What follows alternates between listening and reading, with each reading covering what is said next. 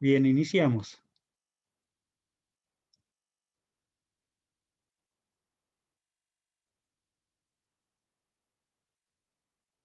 Ustedes me dicen si ya la ven, por favor. ¿Ya se ve? Sí. ¿Sí? Lo voy a hacer más grande. Sí, y este aquí nos vamos a hacer más pequeños para que lo podamos ver con claridad. Bien, iniciamos. Pongan mucha atención, por favor. Pueden tomar nota por ahí algunos detalles que quieran ustedes. Si quieren que se los explique después o si les queda claro, qué bueno. Adelante. De carreteras, a pesar de ser una de las infraestructuras más comunes, requiere un proceso de gran complejidad. El diseño funcional depende de su calificación como pista forestal, vía urbana, carretera o autopista. Su geometría, en cambio, está sujeta a otros condicionamientos, como la orografía y composición del terreno, la climatología de la zona, el impacto ambiental y el coste de la obra. Por lo general, una carretera se compone de la explanada, que construida a partir de suelos granulares presenta una superficie regular, y el firme, que proporciona al tráfico una superficie adecuada a la rodadura y que absorbe las cargas que de él se derivan. A su vez, la explanada descansa sobre una serie de estructuras con funciones determinadas que constituyen el terraplén. El terraplén está formado por el cimiento, que proporciona estabilidad en el caso de que el terreno natural sea susceptible de corrimientos, el núcleo, que aumenta la capacidad de soporte, y la coronación, que distribuye las cargas generadas por el tráfico. El firme puede construirse a partir de diferentes tipos de materiales, pero por lo general se construyen con 3 capas diferenciadas. La subbase, que solo es necesaria cuando la explanada tiene poca capacidad de soporte, proporciona un cimiento uniforme a la base. La base es el principal elemento de resistencia. Absorbe los esfuerzos verticales derivados de las cargas del tráfico. Generalmente se construye por zahorras o capas granulares. El pavimento absorbe los esfuerzos horizontales y evita deslizamientos. Suele construirse con mezclas bituminosas. La evacuación del agua de las carreteras es un factor decisivo para evitar accidentes y para el mantenimiento del firme y de la explanada. El desagüe superficial está formado por los dispositivos que estamos acostumbrados a ver en las carreteras. Los longitudinales, llamados calces o cunetas, son los dispositivos de desagüe superficial por excelencia. Construidos a ambos lados de la calzada, reciben el agua que se desliza gracias a la suave pendiente del pavimento. El drenaje subterráneo es muy importante para evitar el deterioro de la explanada. Generalmente consiste en tubos y capas inferiores drenantes que facilitan la circulación del agua. Bien. Esta es la terminación del primer video. Vamos a ver un segundo video. Se los voy a compartir.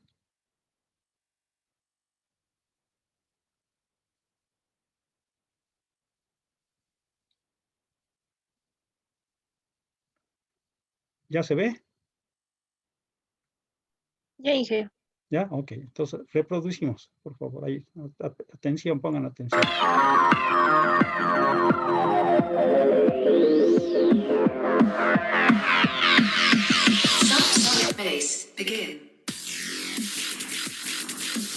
Una de las maravillas que ha podido perfeccionar la ingeniería civil son las carreteras, en el cual todos los días circulan automóviles de diferentes capacidades de carga, en las cuales se encuentran los automóviles de transporte privado, público y hasta camiones que exceden sus capacidades de carga, utilizados para transportar diferentes tipos de materiales. Pero para que haya una carretera, la ingeniería civil tiene que hacer varios procesos constructivos, desde el desmonte del terreno, la limpieza del terreno, excavaciones, cortes en caja, compactación del terreno, terraplenes subrasantes y otras cosas, hasta llegar a colocar las señalizaciones. Primeramente, para iniciar con el proceso constructivo, se tiene que hacer el desmonte. El desmonte consiste en 4 fases. La primera de ellas es la tala de árboles, en el cual se pretende de cortar todos los árboles por donde va a pasar la carretera. Al terminar de cortar los árboles se tienen que remover del lugar para que no puedan obstruir en la siguiente fase. En este proceso se pueden utilizar herramientas simples como lo que son las hachas, los machetes y también las motosierras. O también si se tiene la posibilidad de utilizar maquinaria que pueda cortar árboles y transportarlos a otro lugar. La siguiente fase del desmonte es la roza. En este proceso se tiene que quitar todos los arbustos y árboles pequeños. También se incluye lo que son las ramas de los troncos caídos. Durante este proceso se pueden utilizar herramientas como lo que son el machete, y en dado caso se puede llegar a utilizar el fuego, pero al utilizar el fuego como herramienta para hacer la roza se tiene que llevar un control para que el fuego no llegue a descontrolarse y provoque un incendio forestal. Para ello se tiene que avisar a las autoridades antes de realizar este proceso, para que tenga la gente que trabaje y haga la roza tenga capacitación de poder controlar el fuego. Terminar de realizar la roza, se procede a la tercera fase del desmonte. La tercera fase es el desenraine, en el cual se pretende de remover todos los troncos desde la raíz. Para este proceso se recomienda utilizar maquinaria pesada, ya que las raíces de los troncos pueden ser muy profundas, pero en dado caso de que la maquinaria no tenga acceso al lugar donde se desea remover los troncos, se recurre a los animales que tengan la capacidad y la fuerza de remover los troncos desde la raíz. Los animales utilizados para este trabajo pueden ser caballos, mulas o bueyes. La cuarta y última fase del desmonte viene siendo lo que es la limpia del terreno o predio. Durante este proceso se recomienda utilizar herramientas tan simples como lo son el azadón, la pala, la carretilla y el machete, si es que se trata de trabajar con obreros, pero si se recurre a maquinaria pesada, se recomienda usar la retroexcavadora y el camión de volteo. El camión de volteo tiene la capacidad de acarrear grandes volúmenes de materiales que se generaron en las tres fases anteriores. En la limpia se procura de quitar todo el material que pueda obstruir durante el proceso constructivo.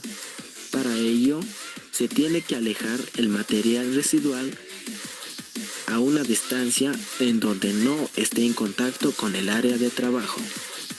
El proceso de la limpieza es importante y fundamental, que no debe de faltar en todo momento, ya que este tiene la finalidad de despejar el área de trabajo para que los operadores tengan más facilidad en maniobrar las maquinarias que se desea introducir en la obra.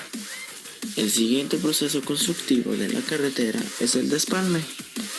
El despalme consiste en la remoción de una capa de material que es generalmente orgánica.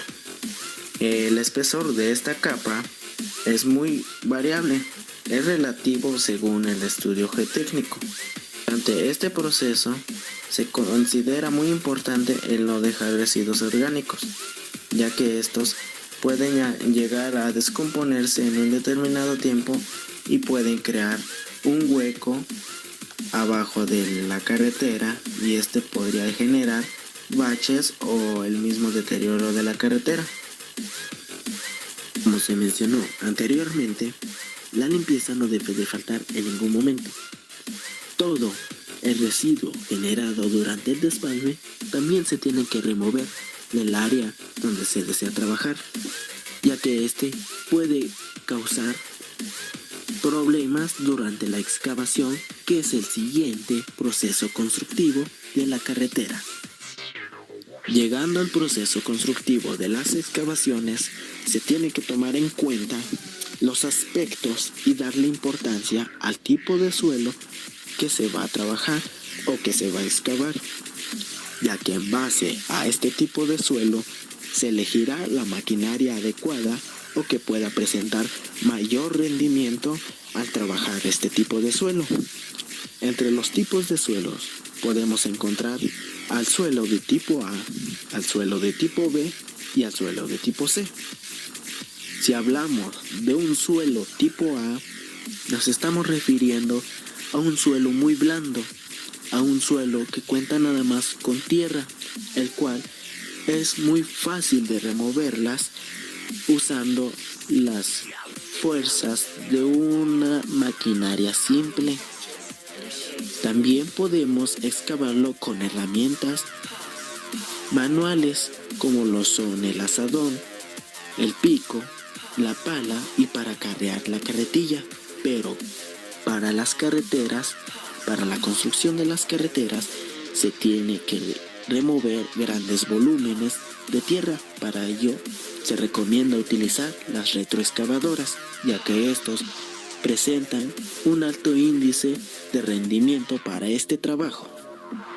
La clasificación del terreno tipo B requiere de maquinaria pesada, ya que este tipo de terreno tiene en su parte rocas y tierra a la vez. Para transportar este tipo de terreno y excavarlo se requiere de mucho esfuerzo, el cual el humano no puede llegar a trabajar este tipo de terreno tan fácilmente. Sí lo podría hacer, pero es muy complicado y además llevaría mucho más tiempo. Por eso es que se recomienda maquinaria pesada para poder trabajar este tipo de terreno. De las maquinarias recomendadas para este trabajo y remover material o suelo tipo B, se recomienda la excavadora, ya que este presenta un alto rendimiento al trabajar este tipo de suelos, ya que si metemos una maquinaria que no tenga la capacidad de remover este tipo de terreno, nada más nos causaría retrasos a la obra y gastaríamos más en construir la carretera. Tercera clasificación de terrenos es el tipo C. Este tipo de terreno está conformado por piedras en su mayoría y es muy complicado trabajarlo con maquinaria pesada. Lo que se recomienda hacer es usar explosivos, ya que los explosivos pueden remover cierta cantidad de piedras y partirlas. Para llegar a remover este tipo de suelo que cuenta con rocas en su totalidad, lo primero que se tiene que hacer es crear orificios entre ellas y en un trazo por donde va a pasar la carretera. En los orificios se tiene que colocar los explosivos para que estos puedan causar mayor presión y puedan retirar las rocas fácilmente. Una de las rocas con el que se ha tenido más problemas es la roca sedimentaria, ya que este tiene varias fugas y la presión llega a fluir entre ellas, provocando que la remoción de este tipo de roca sea la más difícil. Después de que se haya removido las magnitudes de tierra o roca, se tienen que retirar del lugar para que se pueda llevar a cabo el siguiente proceso constructivo. Sucesivamente se tiene que hacer el siguiente proceso constructivo, que es el corte en caja. El corte en caja consiste en excavar una capa más para poder quitar el material no apto para el desplante. Un ejemplo de un material no apto es la arcilla roja. O se tiene que quitar o se tiene que dejar, pero se tiene que estabilizar con otro material, ya sea cal, emulsión asfáltica o cemento. El espesor de esta caja es según la geotecnia o la capa de la subrasante. A continuación se procede a realizar la nivelación y compactación del terreno. Para poder realizar una plantilla uniforme se se tiene que compactar por medio de maquinaria pesada. Y usando el agua se tiene que obtener una humedad óptima, en el cual el lodo no tiene que pegarse al rodillo de la maquinaria. La compactación debe de ser aproximadamente el 95% del peso volumétrico seco máximo de la tierra.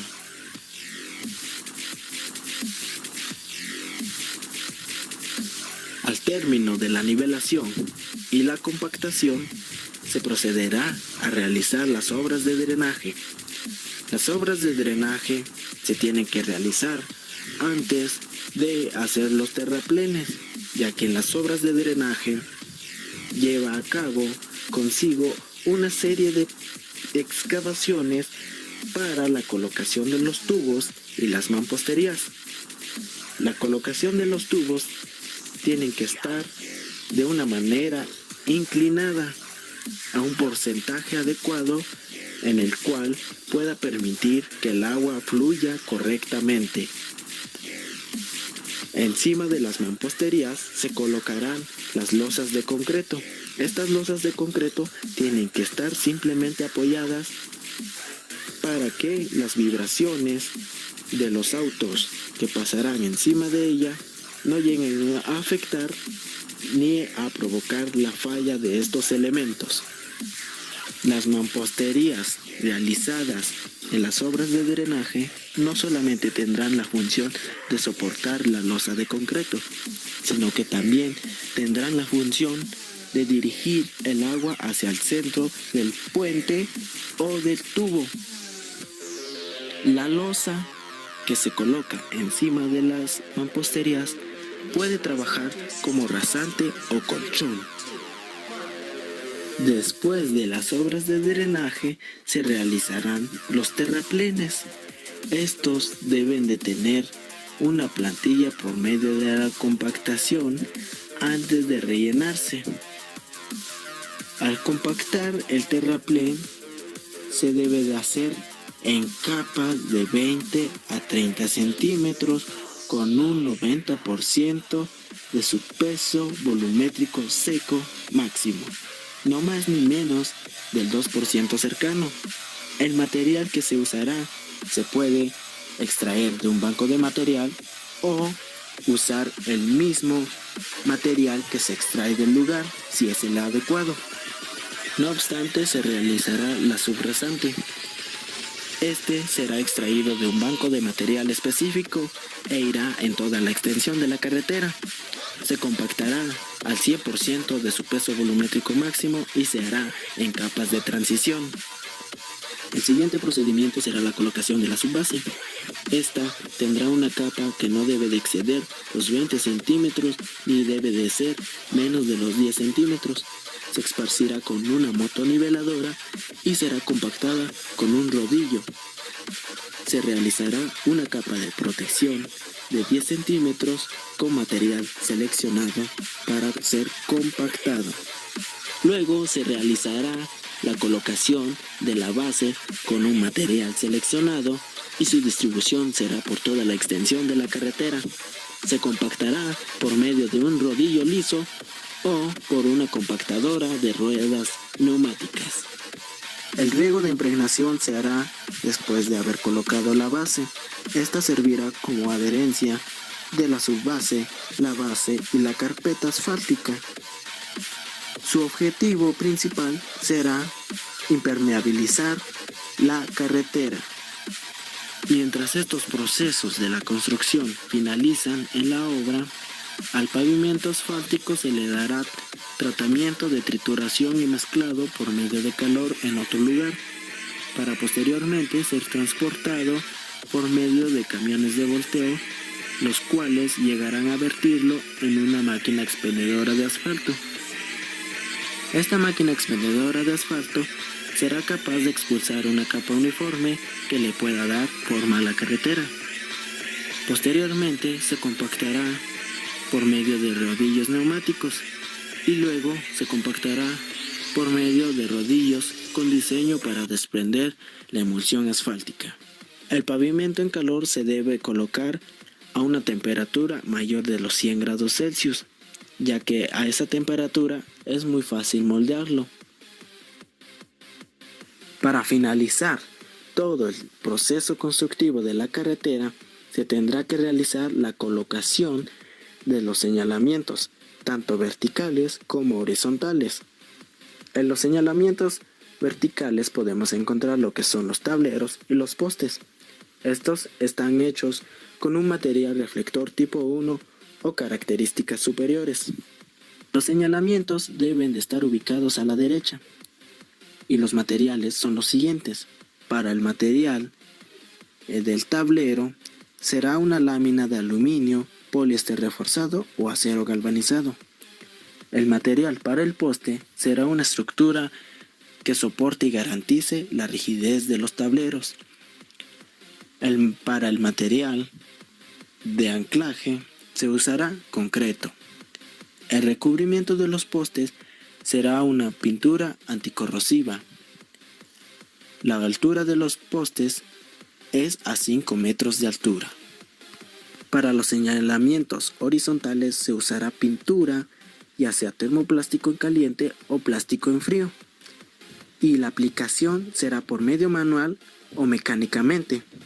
También no se debe de olvidar la colocación de otros elementos de la carretera, que son parte fundamental para su uso, de las cuales podemos encontrar las cercas, barreras de protección, vibradores y reductores de velocidad, entre otros. Y con esto da fin el proceso constructivo de la carretera.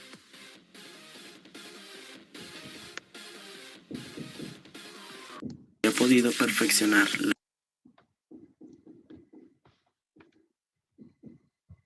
Bien, les voy a compartir otro más.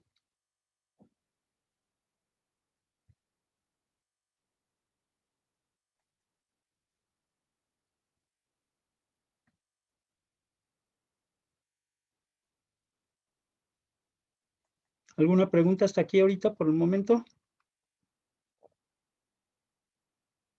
Ingeniero. ¿No? Ok. Entonces No, les comparto el tercer video.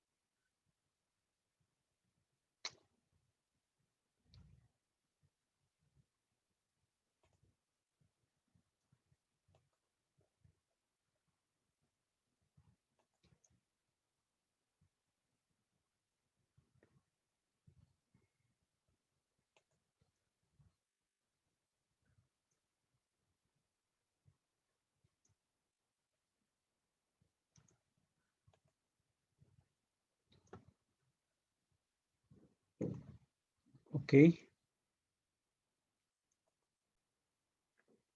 Déjenme compartirles finalmente lo que vamos a ver ahorita como complemento a esto que estamos mirando. No sé si hay alguna pregunta, algún comentario. Sí, Inge.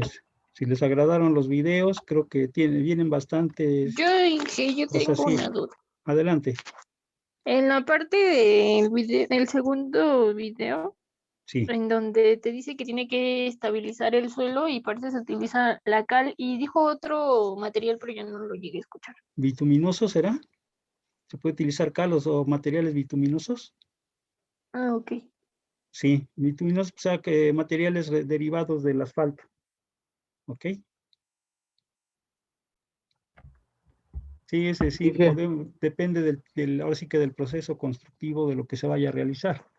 Entonces, muchas veces, por ejemplo, en las losas de concreto, a veces antes lleva su base y el concreto. Muchas veces le meten allí también un tipo de riego de impregnación, que puede ser a base de materiales bituminosos.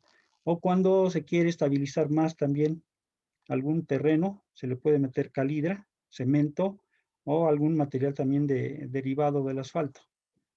Entonces también se puede realizar de esa manera una estabilización mejor de los materiales. Entonces ahí o sea, se refería a eso. En un momento determinado poder colocar otro tipo de materiales que le permitan obtener mayor resistencia a la capa. ¿Ok? Bien, ¿alguna otra pregunta? ¿No? Ok, Con no respecto sé al si ya... último video, Inge. Sí, adelante. Bueno, nada más tengo una duda respecto en cuanto a la pavimentación del concreto hidráulico. Sí, En el último video ya no meten la malla electrosoldada, meten unas canastillas, le llaman. sí, sí, Vi un procedimiento así, parecido a la altura de Horrera del Palmar, pero, sí. o sea, ¿por qué ya no meten la malla electrosoldada? Mira, yo les decía desde un principio que en el concreto puedes tener losas de concreto simple. Si el terreno es suficientemente, tiene una capacidad de carga suficientemente alta, no es necesario colocar acero.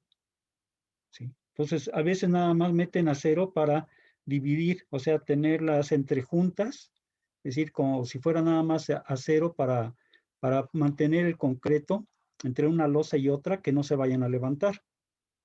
Pero si el terreno es muy blando, si estamos colocando losas de concreto en un terreno arcilloso, que pueda haber deformaciones, entonces se le tiene que colocar acero. Una malla de acero, puede ser varillas, etcétera, etcétera. Entonces, es cuando se coloca el acero. Entonces, no siempre tiene que llevar una carretera acero. Ahora, depende también del tipo de carretera. Si es una carretera para una autopista, ¿sí? Incluso las losas de concreto son de mayor espesor. Entonces, para disminuir el espesor en un momento determinado, se puede utilizar acero de refuerzo, varilla o malla. Entonces, depende mucho del proyectista, del que proyecta el diseño del pavimento, es el que nos va a indicar. Es decir, a través de un laboratorio de mecánica de suelos, nosotros vamos a poder conocer que las características del suelo, el proyectista o diseñador, pues debe de tener experiencia y debe de ver si el suelo es suficientemente, ¿verdad? Apto para soportar las cargas, y si no, pues van a tener que mejorarlo con alguna malla o una malla de varilla. Entonces, no siempre se coloca, ¿eh? O sea, no es algo que siempre estamos pensando que vamos a ver que todos los pavimentos tienen que colocarse acero. Entonces va a depender del diseño que se vaya realizando y de la capacidad de carga del terreno que va a soportar, ¿sí? Toda la estructura del pavimento. ¿Alguna otra duda, pregunta? Y con ¿Quedó claro? respecto Sí. al cordón que se le mete a las juntas de los cortes entre el concreto, Sí, vi que al final aplicaban una silicona. sí, así es. En la obra pasada que hice que estuve de una pavimentación de concreto hidráulico, no estaba en el catálogo esa junta con silicona, ni Ajá. siquiera el cordón. solo era el corte, pero veo que, o sea, nada más en el procedimiento sí se aplicaba el corte y como decía en el video, se hacía la limpieza para quitar los residuos de la lechada, pero Ajá. poner la junta del cordón y la silicona, no he visto que yo lo pongan, bueno, al menos en las que yo he visto. Pues mal hecho, pues sí, o sea, depende, ahora depende ahí también de qué profundidad tenga el corte. Si la profundidad del corte es pequeña, pues a lo mejor no sea necesario meter ese silicón. Pero si es profunda, sí es conveniente meterle, no precisamente tiene que ser silicón, incluso le puedes colocar asfalto. O sea, se le puede meter cartón asfáltico, o se le puede meter asfalto también entre las juntas. Actualmente, pues ya hay muchos productos que se pueden utilizar para sellar. Entonces, generalmente es importante meter un sello para evitar que se meta agua o residuos dentro de esas juntas. Si quedan libres, hay la posibilidad de que se metan piedritas, que se meta polvo, que se meta basura, etcétera, etcétera.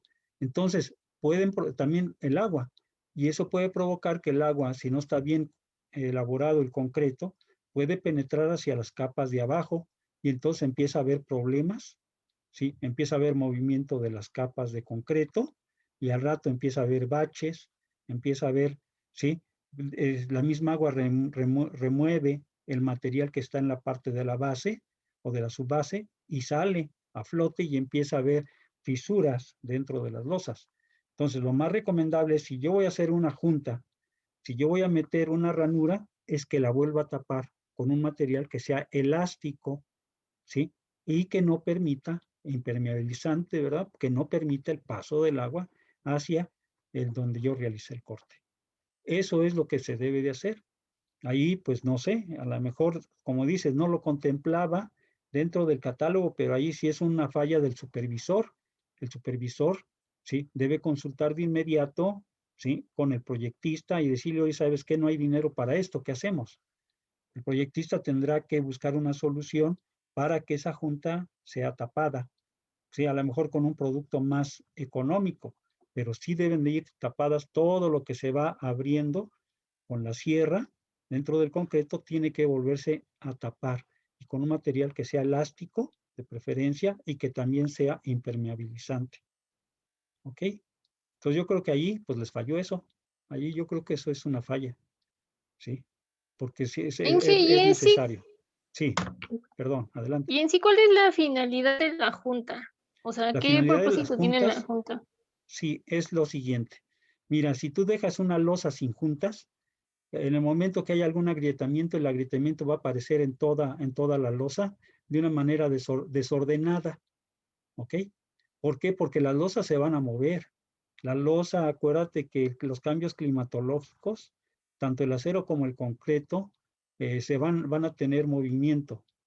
Entonces, de esta manera, al hacer las juntas, yo obligo a que todas las fisuras que se van a presentar dentro de las losas se vayan hacia las juntas. Entonces, no es lo mismo ver una losa que tú la ves estrellada de muchas formas, con muchas fisuras por todos lados, a que veas una losa limpia, ¿sí? Sabiendo que las fisuras se van a presentar exclusivamente allí donde nosotros estamos haciendo la ranura. Entonces, para eso es la ranuración, para jalar todo lo que sean las deformaciones que pueda presentar el concreto o el acero también que se está moviendo, que se presenten exactamente en esa parte de las juntas. Y por eso se tiene que sellar, porque si no sellas tú por ahí se va a meter el agua, y al meterse el agua va a perjudicar las capas inferiores del pavimento y lo va a empezar a mover y lo va a empezar a degradar. Entonces hay que tener mucho cuidado ahí. Entonces para eso es para lo que se hacen las juntas. Hay diferentes tipos de juntas. O sea, no nada más es la que ustedes vieron de la ranura, ¿sí? Hay otros tipos, hay juntas de contracción, hay juntas de dilatación, hay juntas de construcción, que es la que se hace con la ranura. Entonces, es importante saber qué es lo que se va a presentar dentro de nuestro pavimento. Si las losas son cortas, son más pequeñas, por ejemplo, una losa de 4x4, ¿sí? 4 metros por 4 metros cuadrada, va a ser diferente su forma de comportamiento que si tienes una losa de 8x8. Lógicamente, la losa más corta, ¿sí? Va a trabajar con más facilidad, va a ser menos el problema que nos va a presentar en el caso de dilataciones, ¿sí? O contracciones que pueda tener la losa por los cambios de temperatura.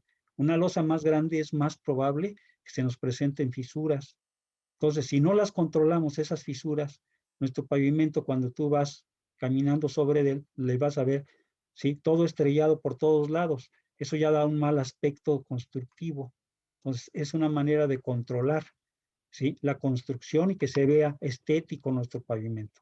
A través de las juntas evitamos todo ese tipo de situaciones. ¿Sí?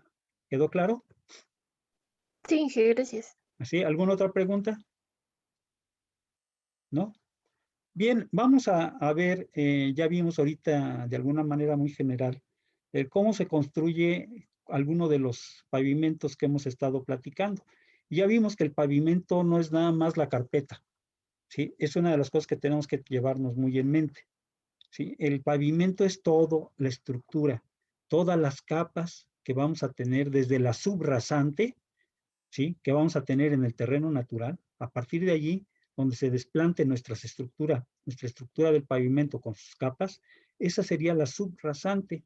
Y la parte superior, ya terminada mi pavimento, ya colocado la carpeta de asfalto o de concreto hidráulico, ahí va a ser la rasante que yo voy a tener de mi camino. Entonces vamos a tener dos líneas paralelas, una que llamo subrasante, abajo del pavimento, y una que llamo rasante, que es la parte más alta del pavimento.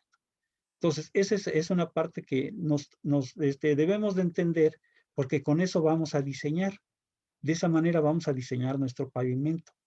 Entonces, entendamos, ¿verdad?, perfectamente estos dos conceptos. No es lo mismo, ¿sí?, es la subrasante que la rasante. Cada uno es diferente. Son paralelas ambas líneas, sí.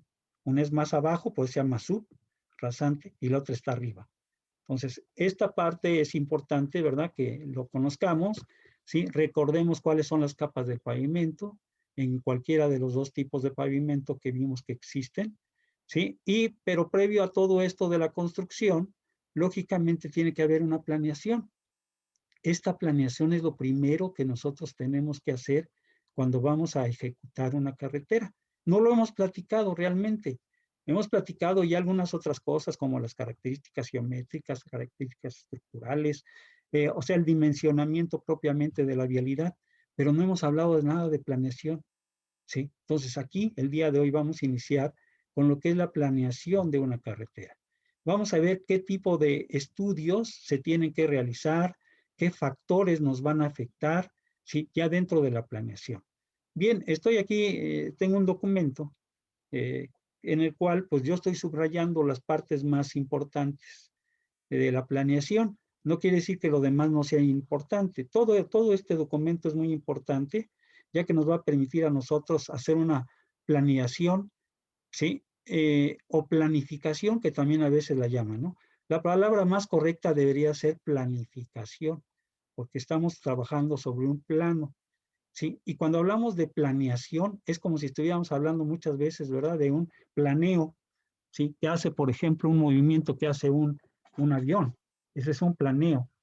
Entonces, generalmente los aviones hacen planeo, planeación, y nosotros en la carretera debemos hacer un plan, una planificación, que es un poquito diferente, pero bueno, vamos a llamar que los dos términos, vamos a pensar que los dos términos pudieran ser correctos. Entonces, vamos a hablar entonces de en qué consiste esta planificación que debemos nosotros hacer, ¿sí? Bueno, primeramente nos dice que debe haber un análisis técnico, ¿sí?, de manera armónica y coordinada, ¿sí? Y debe de tomarse en consideración todos los factores que nos vamos a encontrar desde el punto de vista geográfico, desde el punto de vista físico, desde el punto de vista económico, social y político, que son los factores más fuertes, vamos a llamarlo de alguna manera, o donde pudieran ser nuestros subtemas, vamos a decir, principales. Abajo de ellos, lógicamente, hay muchas otras cosas, ¿no? Cuando hablo de geográficos, pues estoy hablando de topografía, por ejemplo, ¿sí? También puede ser de asentamientos humanos, cuando hablo de geográficos, de ubicación, de lugares, etcétera.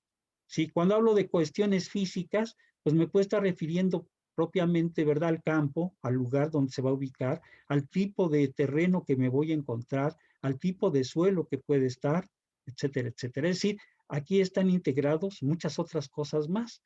No nada más se refiere a algo muy particular, no, sino más bien es muy general. Cuando hablo de económico, pues yo necesito también conocer de dónde va a haber los recursos, de dónde se van a sacar los recursos, qué tipos de recursos vamos nosotros a poder obtener para poder, sí, realizar la construcción de la carretera, de incluso desde la planificación, de dónde voy a sacar estos recursos económicos. Si va a ser a través de un financiamiento que me puede dar a lo mejor a mí un financiamiento del Banco Mundial o un financiamiento de banco, ¿verdad?, gubernamental del país, o un financiamiento a lo mejor municipal, no sé. Entonces, aquí puede haber mucho dinero, ¿sí? O muchas veces incluso acudimos incluso a la ONU o a la Organización de los Estados Americanos. Ellos también dan dinero, recursos para, ¿sí?, poder realizar carreteras, por ejemplo, en lugares muy, muy pobres. Entonces, esta es otra parte, ¿no? Atrás de esto hay muchas cosas. Cuando hablo de sociales, pues también, cuando estamos hablando de los sociales, estamos hablando de lugares, el del origen, del destino, de los lugares que puede cruzar nuestra carretera, ¿sí? De, eso, de la participación de la sociedad en el mantenimiento de las carreteras, por ejemplo, o una aportación de la misma sociedad para la construcción de la carretera. Por eso muchas veces las carreteras debemos de saber si van a ser tripartitas, bipartitas, ¿sí? O solamente va a venir de algún lugar la fuente de los recursos. Y cuando hablamos de política, pues lógicamente también aquí va a estar enmarcado todo lo que se mueve desde el punto político, ¿no? Desde el punto del gobierno. Si va a ser un gobierno federal, si va a ser un gobierno estatal, si va a ser un gobierno municipal. Entonces, y político también se refiere a la gente, ¿no? El cómo está el crecimiento de, por ejemplo, del origen y del destino. ¿Qué es lo que esperamos, verdad? Ese crecimiento demográfico que se pudiera dar también. Y aquí pues se meten los dos, sociales y políticos, ¿verdad? En los demográficos. Entonces, es importante desde la planificación tomar en consideración todos los factores y todos los, ¿verdad?, lo que está atrás de esto para ver finalmente tener, ¿verdad?, una seguridad de que vamos a poder realizar esa obra sin ningún problema. Muchas veces, por ejemplo, desde el punto de vista político, hay ocasiones que hay sociedad, hay personas que dicen, sí, a ver, este es el trazo de mi carretera, este trazo de mi carretera me está afectando mis terrenos, y esa gente muchas veces no quiere cooperar. Y allí es cuando entra la gestión, ¿verdad?, política o gestión del gobierno para que pueda en un momento determinado liberar los derechos de vía, ¿sí?, de la carretera que se va a realizar. Entonces, pues ustedes pueden ver, hay muchas cosas atrás de esto, ¿no? Así aparentemente parece una cosa muy sencilla, pero no lo es. Sí, planificar una carretera se requiere de mucho tiempo, sí, anticipado, antes de la construcción. Se necesita ir resolviendo cada uno de estos problemas que se van presentando previamente a la construcción de la carretera. Muchas veces, sí, desafortunadamente, no se hace una planeación o planificación adecuada y muchas veces el camino se atora. ¿Por qué? Porque no tomaron en cuenta los problemas sociales que se pueden presentar, o políticos o económicos, ¿sí? E incluso los geográficos y físicos, ¿no? Cuando hablamos también de los técnicos, pues están aquí dentro de estos dos, ¿sí? Aquí tenemos nosotros situaciones técnicas que también se tienen que ir resolviendo. Entonces, esta es la parte que tenemos que tener mucho cuidado. Como todas las planeaciones, hay un objetivo. Lógicamente, ¿cuál es el objetivo? Pues poder realizar finalmente la obra. Ese debe ser el principal objetivo, ¿verdad?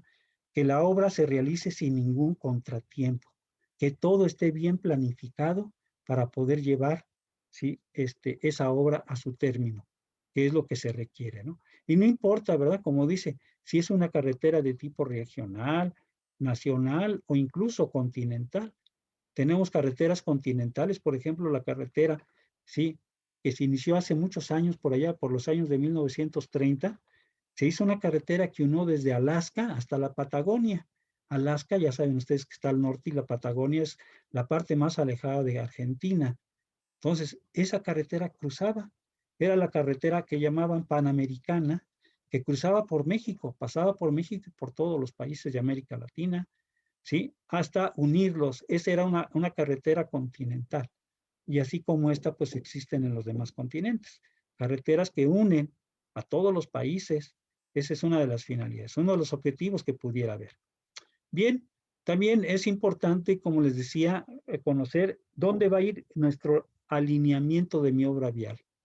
Esto, ¿verdad?, me va a mí a permitir resolver condiciones socioeconómicas y políticas que puedan prevalecer en las regiones. Entonces, todo debe estar perfectamente planificado.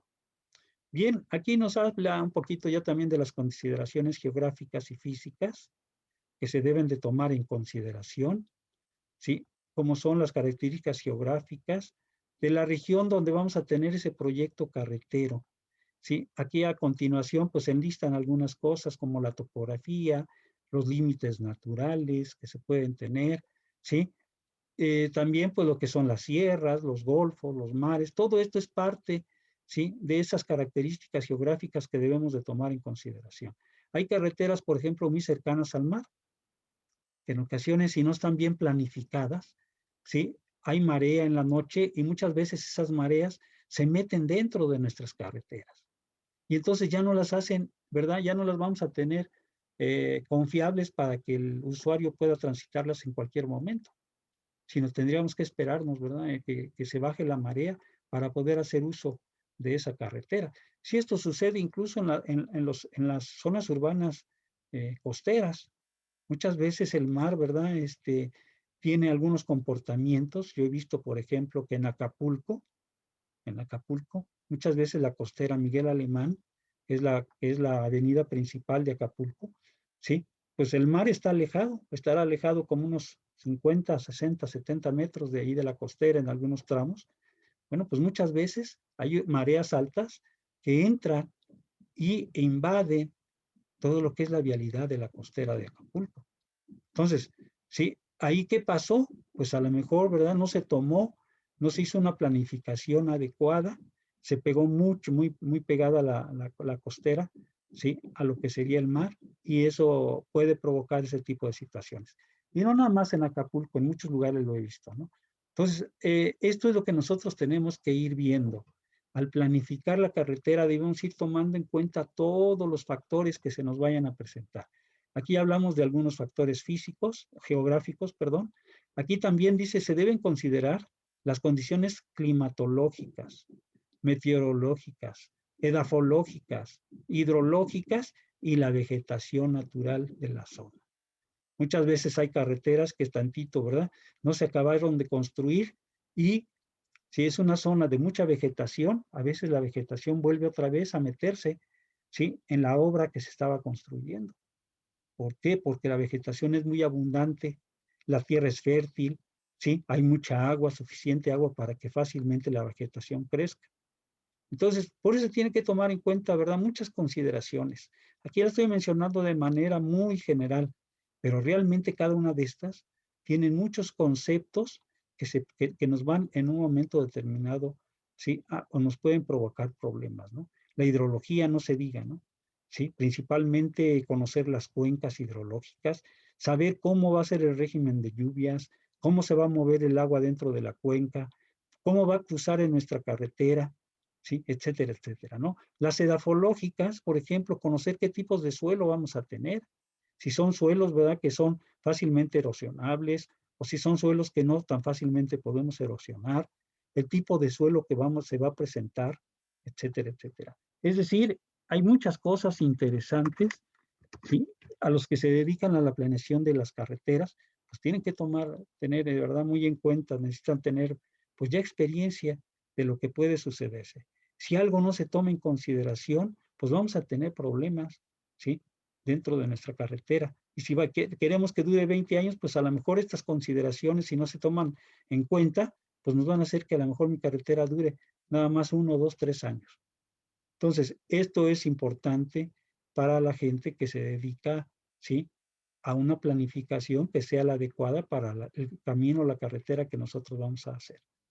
Bien, aquí también ya nos marca algunos aspectos económicos, sociales, ¿sí? Ya por ahí ya les dije de algunos de ellos.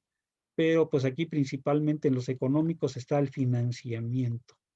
¿Dónde voy a obtener el dinero? ¿Quién me lo va a dar?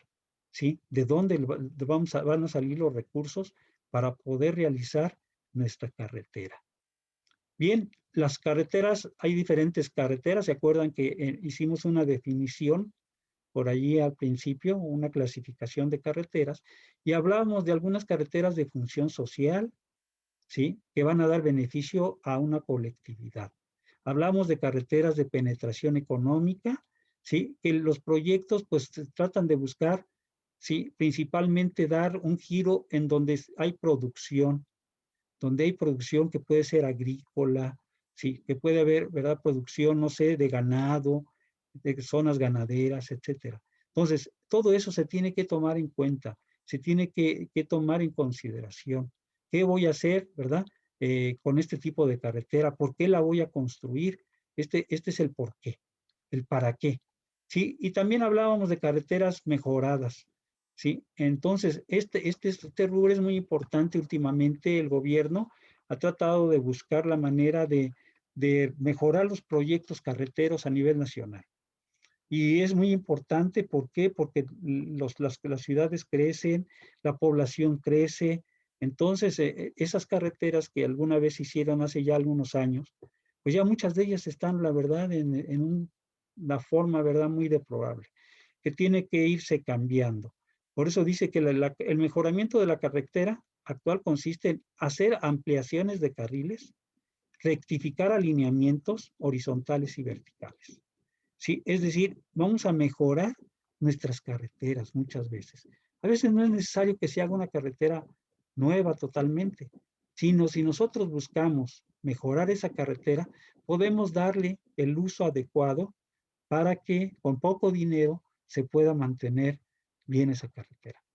Sí, nuestros gobiernos, desafortunadamente, de ya muchos años atrás hasta la fecha, pues no cuentan realmente con todo el montón de recursos que requiere un país, como el caso de México, ¿no?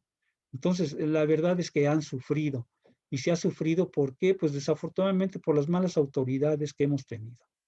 Ellos son los que han tenido, ¿verdad? Llegan para aprovecharse de la oportunidad de estar en la cabeza de gobierno y se olvidan de que tienen que trabajar por un país, por mejorar un país. Desafortunadamente, ¿no? Invierten nada más bicocas de recursos para las obras, para los mantenimientos, y muchas veces, ¿verdad?, no alcanzan a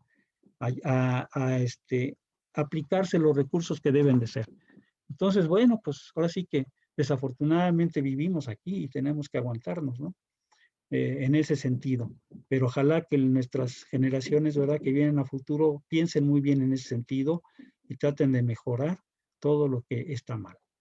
Bien, también, ¿verdad? Muchas veces el mejoramiento puede ser una ruta nueva. Aquí estaríamos hablando también, ¿verdad?, de cambiar a la mejor parte de la ruta que ya existe de una carretera y, sí, mejorar esa ruta. Sí, a lo mejor, si es muchas vueltas, ¿verdad?, que le estamos dando para subir un cerro, bueno, pues a lo mejor con las pendientes, pensar dónde podemos modificar algunas pendientes de manera que podamos con un nuevo trazo llevar una nueva ruta y también con eso acortar tiempos. Entonces, bueno, sí, otro mejoramiento puede ser, por ejemplo, hay caminos, carreteras que se han hecho, por ejemplo, se hizo un puente muy famoso en Francia, aquí en México también ha habido puentes famosos. ¿Por qué? Porque a veces nuestras rutas son muy largas para poder llegar de un punto a otro, porque es una barranca que tenemos. Entonces, en esa barranca, pues a veces era bajar la barranca y volverla a subir para poder ligar con otra parte de nuestra carretera. ¿Qué es lo que se ha hecho actualmente? Pues ahora se construyen puentes muy largos. Y ese puente largo, ¿verdad?, que se puede construir, pues nos permite a nosotros acortar tiempos y acortar ruta. Y entonces podemos mejorar la ruta que podemos tener también dentro de nuestras carreteras. ¿Sí? Por ejemplo, hay, ¿verdad? Podríamos pensar, por ejemplo, en el puente Baluarte, ¿sí?, que evitó, ¿verdad?, mucho tránsito o mucha ruta que se tenía para bajar y subir otra vez. ¿Sí? Entonces, ¿qué se hizo? Se hace el puente Baluarte y disminuyen los tiempos. En lugar de que se hicieran 7, 8 horas, ¿sí?, de Mazatlán a donde va a su punto de destino, bueno, pues a lo mejor se recortó el tiempo, la mitad hizo nada más medio tiempo, vamos a llamarlo así, recortó el 50% del tiempo en el recorrido de la ruta. Bueno, esa es otra forma de mejorar una ruta, ¿sí? Tenemos también algunos los otros aspectos, por ejemplo, ¿sí?, determinar qué zonas son vitales. Miren, las zonas vitales, ya decíamos, no necesariamente tiene que ser, ¿sí?, la carretera para darle uso a personas, sino también hay que verlo, ¿verdad?, hacer el estudio socioeconómico y a lo mejor descubrir ciertas características de ciertos poblados que nos puedan a nosotros dar, por ejemplo, mayor cantidad de fruta, mayor cantidad de ganado, no sé, cosas productivas que se puedan sacar de algún lugar. Eso también ya hay carreteras, ¿verdad?, que se dedican exclusivamente para sacar productos de alguna zona. Entonces, no siempre debe ser una carretera, ¿verdad?, desde el punto de vista social, que va a dar un servicio exclusivamente a personas. También, ¿verdad?, hay que pensar en prioridades, porque se requiere también muchas veces sacar productos que no nos llegan tan fácilmente de un punto a otro. Y aquí pueden ver, ¿verdad?, que, por ejemplo, si hablamos de agricultura, si hablamos de ganadería, de silvicultura, de pesca, de minería, industrias, todo esto va a influir el tipo de carretera que podemos nosotros en un momento determinado realizar, ¿sí? Si zonas de actividades comerciales, zonas vitales, por comunicación y transporte, etcétera, etcétera. Bien, otra parte que se tiene que buscar es la economía de los caminos. ¿En qué se refiere esto? Primeramente, que sea un dinero, una economía, un dinero que se tiene que aplicar de manera adecuada. Por eso se tiene que tener una buena planificación. Una obra que no se hace bien planificada, pues va a tener problemas desde el punto de vista económico. O puede ser que esté muy sobrada, o puede ser que esté muy corta desde el punto de vista económico. Entonces tiene que pensar muy bien esto. Sí, tiene que hacerse, yo como siempre lo he dicho, gente que tenga la experiencia, ¿sí?, de todo lo que se tiene que ir realizando dentro del camino para que se vaya pensando en todo lo que tiene que, beneficios, ¿verdad?, debe de dar la carretera hacia el usuario. Bien, aquí aquí hablan del marco económico, de los estudios económicos de carretera, que viene siendo lo mismo que tenemos ahí arriba. Sí, muchas veces las carreteras no se tiene dinero. El gobierno a veces no tiene el dinero suficiente para poder realizar, por ejemplo, una obra costosa. Actualmente, ya de hace algunos años para acá, generalmente también se piensa, por ejemplo, en financiamiento de personas o de empresas particulares. Entonces, lo que ha optado el gobierno es por concesionar las carreteras. Es decir, si yo no puedo hacer esta carretera porque es muy costosa, pero la puede hacer a lo mejor una empresa particular, ¿sí?, pues yo le voy a dar chance a esa empresa particular que pueda obtener primeramente lo que invirtió y posteriormente también, ¿verdad?, que tenga una ganancia.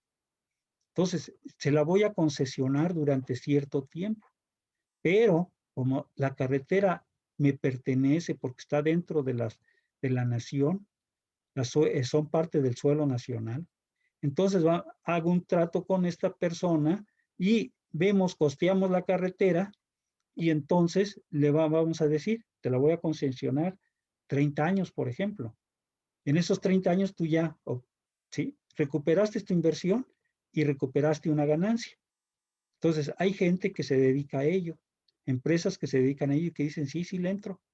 A mí dame, ¿verdad? Pues tengo trabajo, tengo maquinaria, tengo personal, soy una empresa muy grande y pues voy a perder yo o tengo que quitar mi empresa si no tengo trabajo. Pues yo te puedo ofrecer, ¿verdad?, le dice al gobierno, que yo te la hago con mis propios recursos, ¿sí? Pero tú debes de permitirme que yo pueda recuperar mi inversión y una ganancia. Entonces el gobierno pues ha realizado ya ese tipo de concesiones en las cuales ciertas empresas particulares pueden invertir en la construcción de alguna carretera importante dentro del país y que posteriormente a cierta cantidad de años, él tiene que devolverle o regresarle la carretera al gobierno federal. lógicamente, ¿verdad? Se busca también, ¿sí? Que no vayan a querer, ¿verdad? Entregar una carretera ya deshecha, sino debe ser una carretera que esté operante.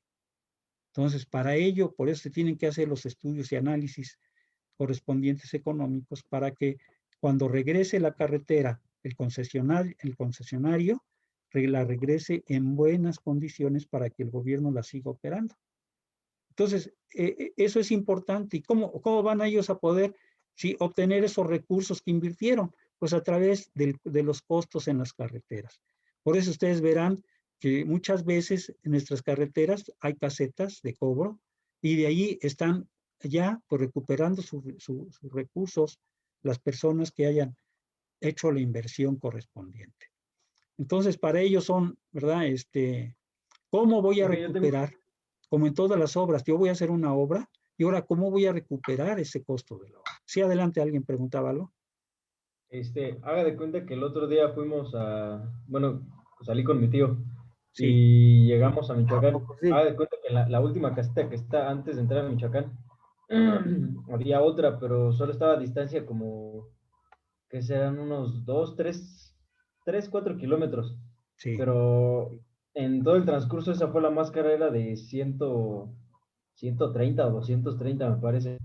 Pero, ¿por qué es muy cara? O sea, nada más fue un cachito. Ahora sí que fue un cachito de nada. A comparación, le digo, de otras casetas donde sí eran 200, 300 kilómetros. Y Sí, por lo regular cobraban. seguramente ha de ser por eso, ¿no? Porque ese tramo de carretera esté concesionado. Entonces, como tiene que llevar dentro de un contrato en qué cantidad de años me la tienes que regresar, pues imagínate, ¿no? Si el gobierno federal muchas veces pues el recurso no lo tiene a la mano y le interesa hacer esa carretera porque pues va a ser la unión a lo mejor de alguna otra. Eso pudo haber pasado. Entonces el concesionario le dice, mira, pues yo necesito recuperar mi dinero lo más pronto posible. Entonces, no sé, en lugar de que sean 30 años, pues yo te voy a dar en, no sé, 5 años. En 5 años yo necesito recuperar mi inversión. Entonces, ya ahí es cuestión ya de contratación, ¿no? Es como cuando vas a hacer una casa. ¿Sí? Tú ahí va a haber una negociación entre la persona que tú le vas a hacer la casa y tú como constructor. Entonces ahí cada uno va a poner sus condiciones y ya cada uno sabrá si acepta las condiciones del otro o no. Entonces es lo mismo con el gobierno. El gobierno con los concesionarios, ¿sí? Trabajan de la misma manera. Hay, por ejemplo, gobiernos estatales, ¿sí? Donde a lo mejor el gobierno federal no tuvo los recursos con el estado de Michoacán y el del Michoacán le dijo, ¿verdad? Oye, pues a mí me urge unir mis carreteras que tengo aquí en Michoacán con la carretera federal o la autopista. Entonces, pues dame oportunidad de poder concesionar un tramo. Yo lo voy a hacer directamente con algún concesionario, ¿sí? Y yo tengo más rápidamente la unión de mi pueblo, de mi comunidad, directamente a la autopista. Entonces, bueno, ahí ya sí depende, ¿no? Yo te puedo decir lo mismo sucede, ¿verdad? Con varias otras carreteras aquí mismo, ¿verdad? Cercanas aquí a Hidalgo. Entonces, pues ya es una forma de negociación. Entonces, no se puede, por eso el gobierno tampoco no puede decir tienes que cobrar tanto menos, ¿no? Pues él va a cobrar de acuerdo al contrato que hayan ellos concesionado. Entonces, pues sí, yo sé que sí existe exactamente ese tipo de cosas, no nada más en Michoacán, sino también en el Estado de México, por ejemplo, ¿sí? Pues aquí mismo dentro del Estado de Hidalgo, ¿no? Tenemos también algunas carreteras pegadas a la autopista donde en ocasiones han hecho así pequeños tramos y los cobros son muy altos. Entonces, bueno, eso es parte, ¿verdad?, de estas negociaciones que se tienen que fijar en un momento determinado durante la planificación de la carretera también. Esto es muy importante, ¿no? Tener en consideración, pues, todos los costos que vamos a tener dentro de la carretera. Por eso dice aquí, hay diferentes tipos de gastos, ¿no? Desde el diseño y la ingeniería, son los primeros gastos que tenemos que hacer. El pago de los derechos de vía de la zona donde va a ir cruzando nuestra carretera, la propia construcción del camino, de las estructuras, los puentes, por ejemplo, la construcción de los pavimentos, ¿sí? Tenemos nosotros, por ejemplo, también, ¿sí?, los costos fijos que se van a tener ya durante la construcción y previos a la construcción de la carretera, Entonces, todo esto requiere, como dice aquí, estudios económicos. Entonces, no nada más tampoco es planeación, también debe haber administración de los recursos que se deben de ir haciendo de acuerdo a la planeación que se tiene para la construcción de una carretera. Aquí nos faltan también, ¿verdad?, los costos de mantenimiento que tiene que tener ya después de que ya hicimos la carretera. Sí, no es nada más dejar la carretera hecha, sino que la carretera hay que conservarla en buenas condiciones. Entonces aquí debe de haber también costos de mantenimiento de nuestra carretera para que pueda seguir operando durante todo el tiempo de proyecto que se tiene contemplado. Entonces, pues es mucho el trabajo también que se tiene que realizar desde el punto de vista económico.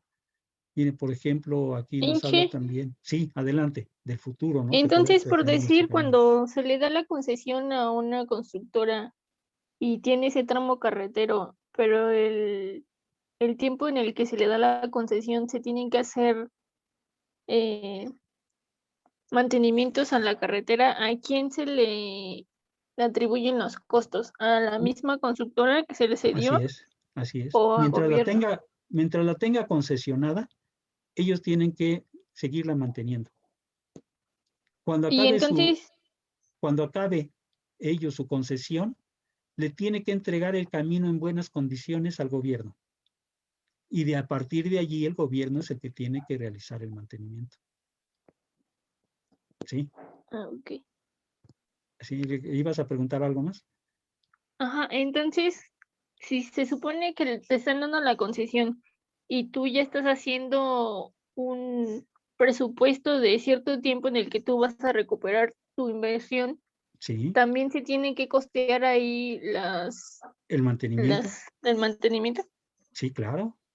Sí, por eso te digo que debe ser un estudio muy exhaustivo en ese sentido.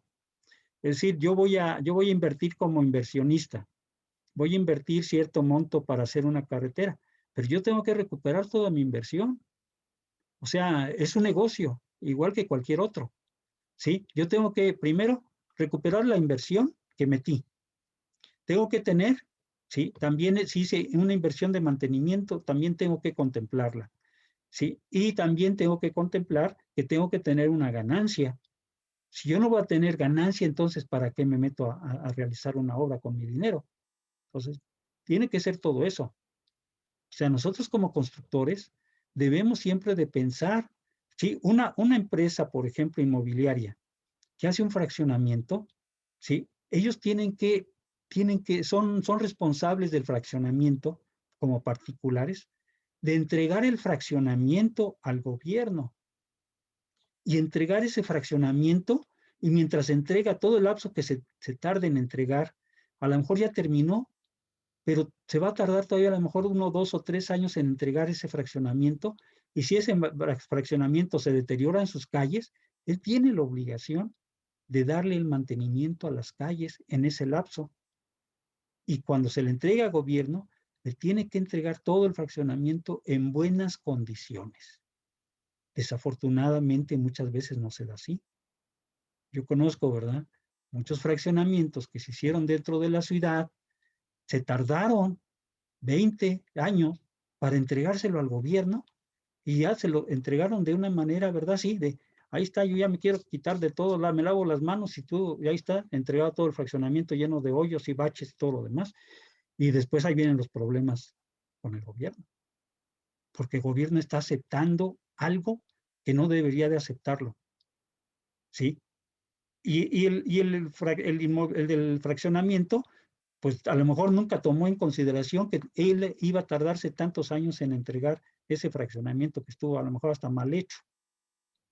Entonces, esa es la cosa donde debe uno de cerrar, ¿sí? De cerrarse las cosas bien. Hacer las cosas, ¿sí? Y tomar en consideración todo lo que va a pasar, no nada más en el presente, sino también a futuro. Y si soy alguien, ¿verdad?, que voy a entregar una obra a gobierno, tengo que tomar en cuenta que a lo mejor gobierno se va a tardar en recibirme si mi obra no está bien hecha, que es lo que sucede en muchos fraccionamientos, ¿sí? No están bien hechas las obras, están todas mal hechas, y muchas veces porque no hay la supervisión propia también del gobierno. Entonces, es un círculo vicioso el que se vuelve muchas veces.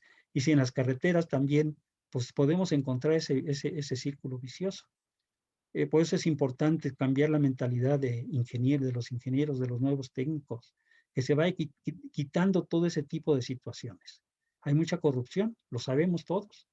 Y todos los que vivimos y hemos vivido dentro de la construcción lo sabemos.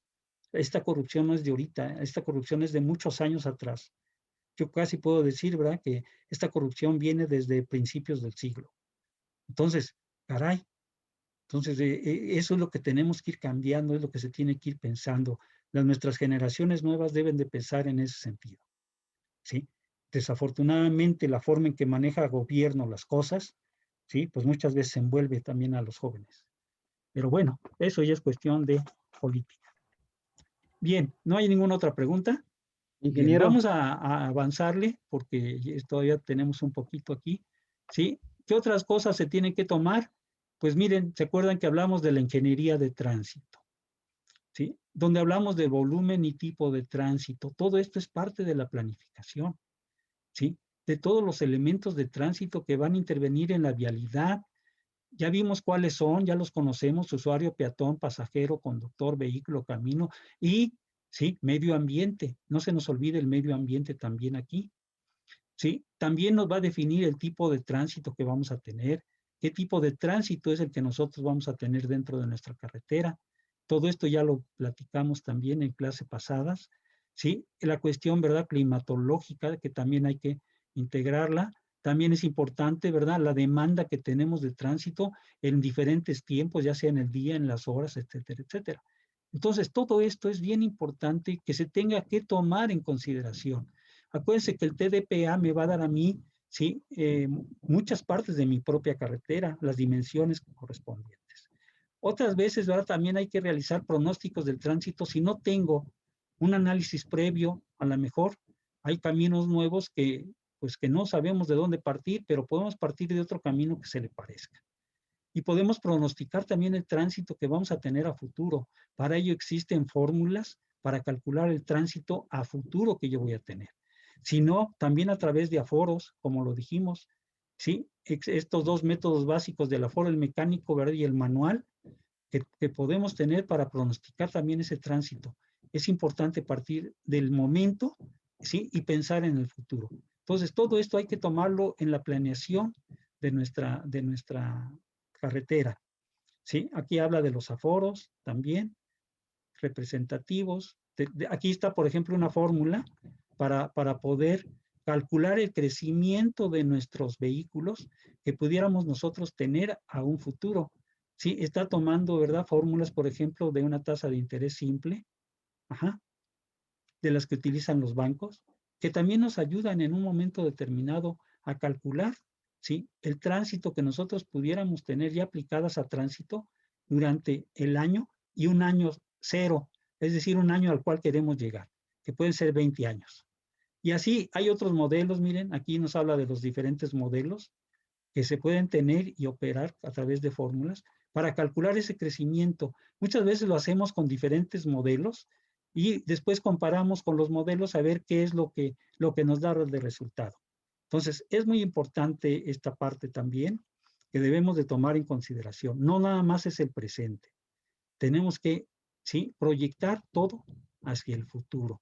¿Para qué? Para que nuestra carretera pueda cumplir con la demanda que tiene, no nada más actual, sino con la demanda que va a tener a futuro del tránsito que se va a mover en esa carretera.